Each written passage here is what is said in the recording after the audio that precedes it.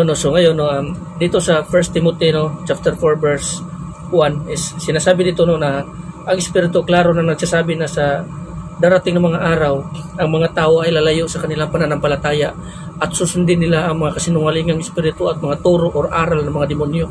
So ano ba yon? Ano ba ang mga aral o turo ng mga demonyo na pinapakalat or na sinusunod ng mga tao ngayon? Dito sa atin ngayon, sa panahon natin ngayon, maraming mga pastor no, maraming mga pastor o mga ngaral no, na nagsasabi o nagtuturo ng mga maling mga pangaral no, na taliwas naman sa nakasulat dito sa Biblia. Maraming mga tao na nagsasabi na no, na o nag-encourage din sa mga tao o nangangaral patungkol sa mga Diyos-Diyosan at iniiba nila yung kasulatan nito, iniiba nila pagkaintindi yung ano man yung kalooban o salita ng Panginoon o kasulatan dito no, yung utos ng ating Panginoon patungkol sa mga Diyos-Diyosan no. Dito sa kasulatan na nagsasabi dito is wala talagang kahit isang tao na makapasok sa karya ng langit doon sa mga tao no, na sumasamba sa mga Diyos-Diyosan. Klaro yan dito sa sinasabi no, na hindi sila makakapasok sa karya ng langit.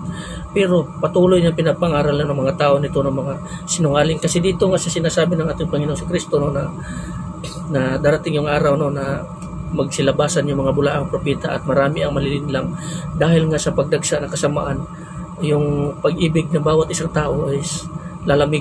So bawat isa sa atin is lumalamig dahil nga marami pa rin mga ngaral o mga tagapagturo ng mga salita ng Panginoon is nagtuturo ng mga mali-mali no.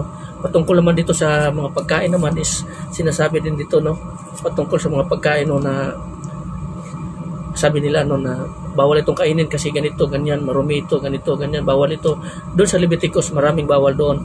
Pero pagdating dito sa kasulatan sa panahon ng ating Panginoong Jesucristo, ang sabi ng ating Panginoong Jesucristo doon kay Pedro no, na wag mong sabihin na marumi ang mga pagkain no, na nilinisan na ng ating Panginoon no. Sabi din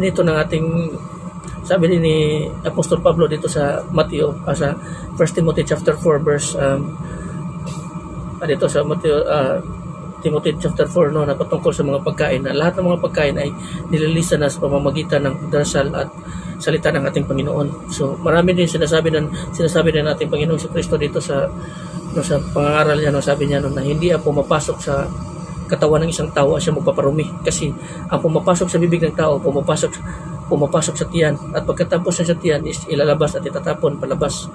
Pero yung mga salita yung mga salita na nagaling sa puso o mga salita o mga masasama na lumalabas sa bibig, yun yung makakapagparumi sa isang tao, kasi nanggagaling yan sa puso ng isang tao na siya magpaparumi sa kanya no, na silabasan yung mga masasamang mga salita, masamang mga plano, hypocrisy or ano man yung klaseng mga masasama ng mga salita no, na nanggaling sa puso at lumalabas sa bibig. Ito yung klaro na sinasabi ng ating Panginoon si Kristo no, na ito yung pagpaparumi sa tao. Pero sinasabi nila no, may nagsasabi pa rin no, na bawal itong kainin kasi ito marumi na ito. Kung yan, ang sinabi ng ating Panginoon si Kristo dito no, sa pagsabi ng ating Panginoon si Kristo no, na patungkol sa mga pagkain na lumalabas no, o sa mga pumasok is marami daw mga tao na nagagalit sa kanya. Ano sabi ng ating Panginoon si Kristo? Hayaan niyo sila kasi sila ay kumbaga humahatak sa mga buta, mga bulag. Sila ay bulag na humahatak din sa mga bulag. Kung ang isang bulag hahatak din sa iba pang bulag, silang lahat mahuhulog sa kanal.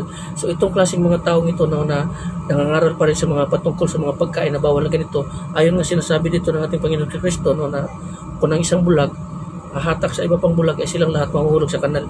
So kung nangangahulog, ito sabi sa ating Panginoon. So sa dali na salita no, o sa nangangahulog ano, na sila palang lahat is hindi sumusunod sa kasulatan ng ating Panginoon o sa kautusan ng ating Panginoon, kasi lahat ng pagkain is nalilisan na, maliban doon sa dugo pa rin no, nakalagay dito na sagrado pa rin no, kasi ang dugo kasi is simbolo yan ng buhay or Espiritu Santo no.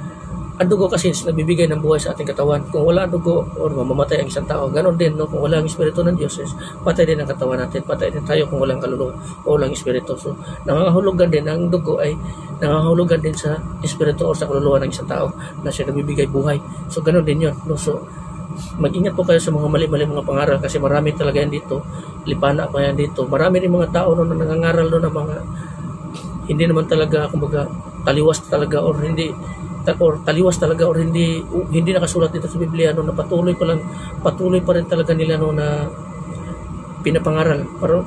ang mali kasi din sa mga tao, no, ang mali kasi din sa mga tao ng mga membro nila is tumatanggap na sila, natanggap sa mga pagkain na inaalok sa kanila without examining sa mga salita nila, na hindi nila inosisa kung katotohanan ba or nakasulat ba dito sa Biblia yung mga sinasabi nila. Gaya ng unang panahon, di ba, nung nangaral sila Apostol Pablo na may pinuntahan silang isang lugar ba yun, no, na pinapangaral ng Apostol Pablo, pero yung mga pinapangaral ng nilang Apostol Pablo is tinitingnan nila yung mga tao na natagapakinig is inusisa nila yung kasulatan kung yung sinasabi na ikatotohanan ba or based ba dito sa nakasulat. Noong napatunayan nila na based dito sa nakasulat is ayon tinatanggap nila at pinupuri nila ang Panginoon at sinasamba nila ang Panginoon dahil nga sa katotohanan. So ang mali dito sa atin ngayon is tumatanggap lang yung tao, tapos without examining the Holy Scripture kung katotohanan ba or nakasulat ba dito yung mga sinasabi ng mga ngaral or tagapagturo ng mga salita ng Panginoon or mga kautusan. No, so ito yung mga mali kasi marami mga tao na nalilin lang, na marami nga mga tao na nanonood lang sa mga TV sa kanilang mga simbahan at sumusunod para sila nasisiraan, no, at hindi sila tumatawag mismo na sarili nilang pastor, no, na siyang magtuturo sa kanila diyan sa kanila sa simbahan, no, na siya magtuturo. Hindi kayo umaasa lamang sila sa nakikita nila sa TV.